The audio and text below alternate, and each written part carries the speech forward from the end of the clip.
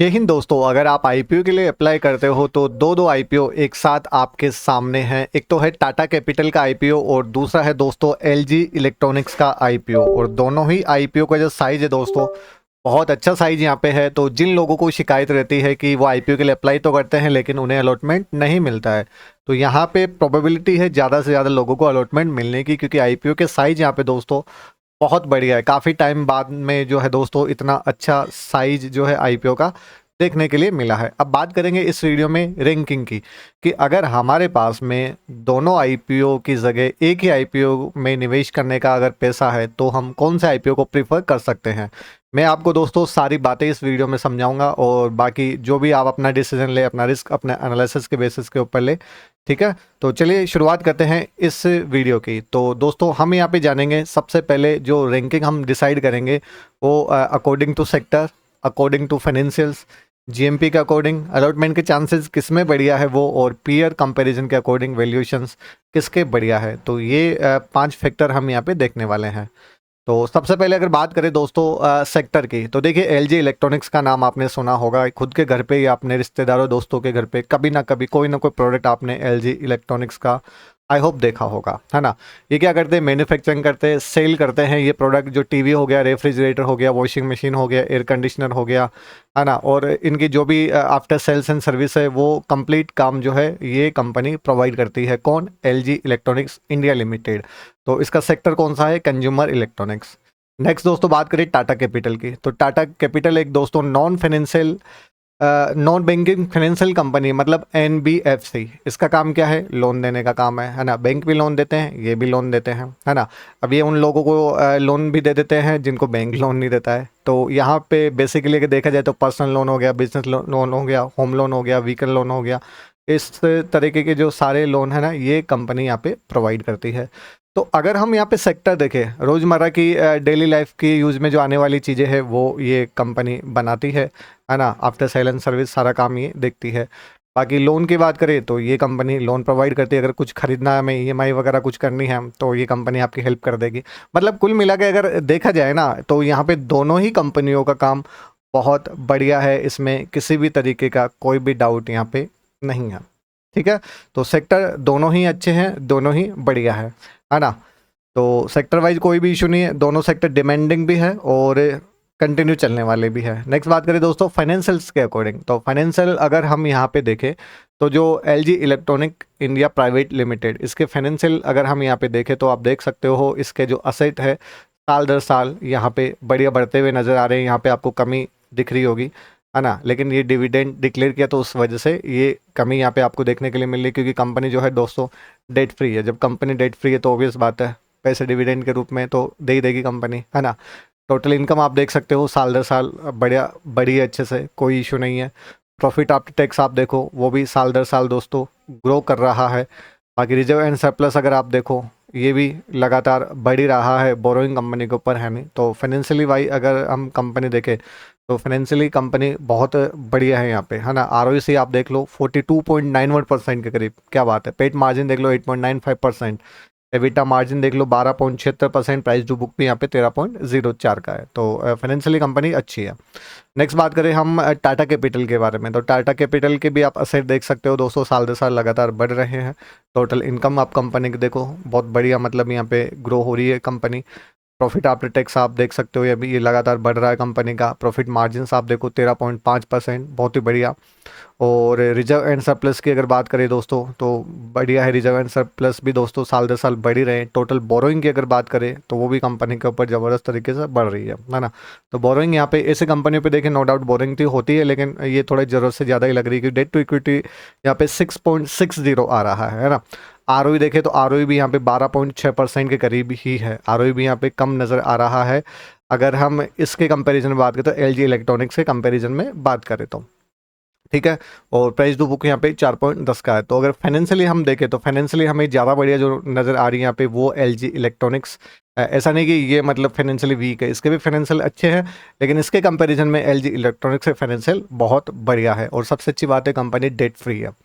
Next बात करें दोस्तों जीएमपी। तो जीएमपी वैसे तो देखिए दोस्तों एक अनुमान होता है ना, इसके सिर्फ इसके बेसिस के ऊपर कभी भी डिसीजन नहीं लिया जाता कि किसी आईपीओ के लिए अप्लाई करे या फिर नहीं करे। लेकिन अक्सर जो लिस्टिंग इनके लिए अप्लाई करते हैं वो सीधे सीधे देख लेते 20% के आसपास का जीएमपी चल रहा है, ठीक है, आग बंद करके आईपीओ में लगा देते हैं, ठीक है। 99% सही भी होता है, एक आध आईपीओ में धोखा भी हो जाता है। और तो यहाँ पे जीएमपी अगर देखें तो जीएमपी 22.37% की चल रही है। मतलब अगर हम यहाँ पे देखें तो एक जो रिटेल कैटेगरी में लोट लगाते हैं उस पर लगभग 3,315 रुपये यहाँ पे लिस्टिंग इन मिलने की उम्मीद है।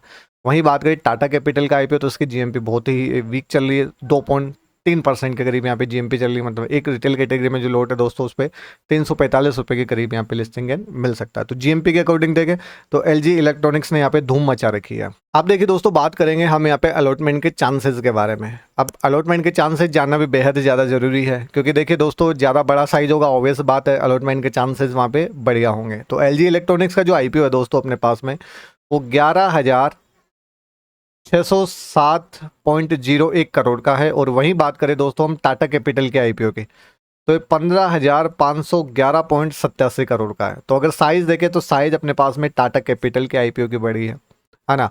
और प्राइस बैंड आप देख सकते हो उसका 1,080 से 1140, और टाटा कैपिटल की बात करें तो 310 से 326 पर शेयर इसका प्राइस है। और ओपन पहले होगा अपने पास में 6 तारीख को टाटा कैपिटल, और एलजी इलेक्ट्रॉनिक्स होगा 7 तारीख को अपने पास में ओपन, ठीक है। तो अगर आपको लग रहा है कि आपको अलॉटमेंट के चांसेस बढ़ाने हैं तो आप टाटा कैपिटल की ओर यहाँ पे जा सकते हो, क्योंकि इसका बड़ा साइज है। लेकिन आपको लग रहा है कि नहीं जीएमपी भी बढ़िया लिस्टिंग एंड में तो मिलना चाहिए अलॉटमेंट के चांसेस के साथ साथ में, तो एलजी इलेक्ट्रॉनिक्स यहाँ पे प्रीफर किया जा सकता है, क्योंकि सिर्फ यहाँ पे ज़्यादा डिफरेंस तो आने रहा, लगभग 4,000 करोड़ के करीब का ही यहाँ पे डिफरेंस आ रहा है, ठीक है। लेकिन अगर आपको चाहिए कि अलॉटमेंट के चांसेस वास्तव में ज़बरदस्त हो तो ज़बरदस्त तो टाटा कैपिटल में ही मिलने वाले हैं यहाँ पे, क्योंकि जीएमपी भी डाउन चल रहा तो ऑब्वियस बात है यहाँ पे लोगों का इंटरेस्ट थोड़ा कम होता हुआ दिखाई देगा, है ना। नेक्स्ट बात करें दोस्तों पीयर कंपैरिजन के अकॉर्डिंग। तो पीयर कंपैरिजन के अकॉर्डिंग अगर हम देखें तो आप देख सकते हो एलजी इलेक्ट्रॉनिक्स कंपनी अपने पास में ही है, ठीक है।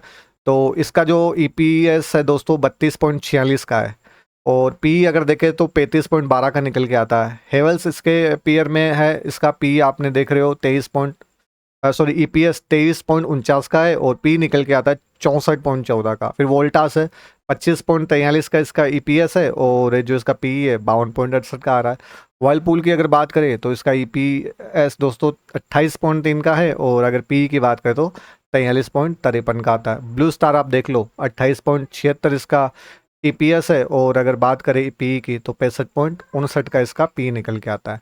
तो आप देख सकते हो यहाँ पे सबसे बढ़िया जो ईपीएस है वो अपने पास में निकल के आता है एलजी इलेक्ट्रॉनिक्स का है, और पी भी आप देख सकते हो यहाँ पे सबसे कम इसी का है ना, कितना 35.12। तो वैल्यूएशन के अकॉर्डिंग बढ़िया वैल्यूएशन पे लेके आए, तो मतलब यहाँ पे लिस्टिंग इन मिलने की भी मतलब उम्मीद है, यहाँ पे अच्छा खासा लिस्टिंग इन यहाँ पे मिल सकता है। रीजनेबल वैल्यूएशन, ऐसा नहीं कि बहुत अच्छे खासे वैल्यूएशन के ऊपर लेके आ गए। पीयर के कंपैरिजन के अकॉर्डिंग देख लो बहुत ही मतलब बढ़िया वैल्यूएशन के ऊपर दोस्तों अपना ये आईपीओ लेके आए। नेक्स्ट बात करें अगर हम टाटा कैपिटल के आईपीओ के, तो टाटा कैपिटल के आईपीओ में आप देख लो इसका जो ईपीएस है दोस्तों वो 9.3 का है, और पी निकल के आता 35 का। वही बात करें इसके पीयर में बजाज फाइनेंस, तो आप इसका ईपीएस देखिए और श्री राम का देखिए, है ना। बाकी जो भी ये कंपनी है इनका आप ईपीएस देखिए, ज़बरदस्त है। सबसे कम जो ईपीएस है वो अपने पास में टाटा कैपिटल का ही आता है।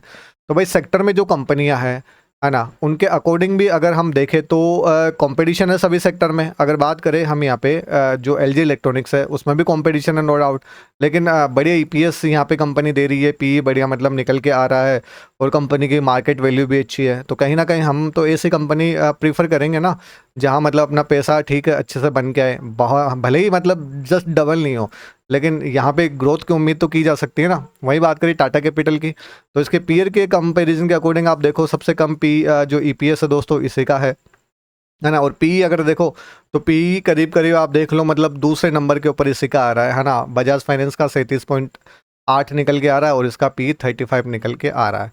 तो ऐसा नहीं कि मतलब ये पी बहुत ज़्यादा है इसका, नहीं, पी ज़्यादा तो हम नहीं बोल सकते, लेकिन ठीक है अगर इसके कंपैरिजन में अगर देखें, है ना, एलजी इलेक्ट्रॉनिक्स के कंपैरिजन में, तो आई होप मतलब ये जो ज़्यादा अच्छी वैल्यूएशन अपन को जो लग रही है वो एलजी इलेक्ट्रॉनिक्स से आईपीओ की लग रही है, ठीक है। तो ओवरऑल क्या है यहाँ पे, तो ओवरऑल अगर देखें हम दोनों आईपीओ के बारे में तो सेक्टर वाइज दोनों बढ़िया है, नो डाउट, कोई इशू नहीं है। लेकिन यहाँ पे फाइनल रैंकिंग के अकॉर्डिंग अगर देखें तो एलजी इलेक्ट्रॉनिक्स ही दोस्तों यहाँ पे जीत जाता है ना। और फाइनेंशियल्स की दोस्तों अगर बात करें, देखिए कि क्यों जीत जाता है वो भी तो आप देखो, वो जीतने का कारण है अपना सेक्टर में भी बढ़िया, मतलब ये चल रहा है, ऐसे कोई बात नहीं है ना। और बाकी अगर हम इसकी बात करें, जो दूसरा अपने पास में टाटा कैपिटल, तो टाटा कैपिटल बहुत पीछे है अपने पीयर के अकॉर्डिंग। और फाइनेंशियल की अगर बात करें तो फाइनेंशियल अपने पास में जो है एलजी इलेक्ट्रॉनिक्स से ही बढ़िया है। जीएमपी की बात करें तो जीएमपी भी जो एलजी इलेक्ट्रॉनिक्स है उससे की बढ़िया चली। हाँ, अलॉटमेंट के चांसेस जो है वो टाटा कैपिटल में ज़्यादा अच्छे हैं, लेकिन कहीं न कहीं जो लिस्टिंग इनके लिए अप्रोच कर रहे हैं, उन्हें लगेगा कि नहीं कहीं न कहीं एलजी की ओर ही मतलब जाया जा सकता है। ऐसे कोई बात नहीं, टाटा कैपिटल भी जो है मतलब लॉन्ग टर्म के पर्सपेक्टिव से अगर देखें तो फिलहाल मतलब ठीक है, अच्छा है, कोई डाउट नहीं है ना। पीयर कंपैरिजन देखें तो पीयर कंपैरिजन के अकॉर्डिंग अगर जो हमें बढ़िया लगा वो एलजी इलेक्ट्रॉनिक्स ही बढ़िया लग रहा है। बाकी आपके क्या विचार है एक बार कमेंट करके ज़रूर बताना। ये मतलब जो भी मैंने रैंकिंग डिसाइड की वो अपने एनालिसिस के बेसिस के ऊपर की है। हाँ, और आप क्या करने वाले हो वैसे ऐसे दोनों आईपीओ के बारे में प्लीज़ एक बार ज़रूर कमेंट करके बताइएगा। और ये वीडियो सिर्फ एजुकेशनल पर्पज़ के अकॉर्डिंग है, जो भी डिसीजन ले अपना रिस्क अपना एनालिसिस लगा के ले, क्योंकि देखिए दोस्तों आपका पैसा है, बनेगा आपका जाएगा आपका, ठीक है ना। तो ऐसा कोई मेरी ओर से किसी भी तरीके की कोई रिकमेंडेशन नहीं है, बहुत हार्ड अर्न मनी होती है दोस्तों। डिसाइड करें आपको लिस्टिंग गेन के लिए जाना है या लॉन्ग टर्म के लिए जाना है। लॉन्ग टर्म के लिए तो दोनों ही मतलब जो स्टॉक है काफ़ी मतलब बढ़िया है, इससे कोई बात नहीं है। हाँ, लिस्टिंग गेन के लिए जो टाटा कैपिटल यहाँ पे थोड़ा सा मतलब वीक नज़र आ रहा है in comparison of LG electronics.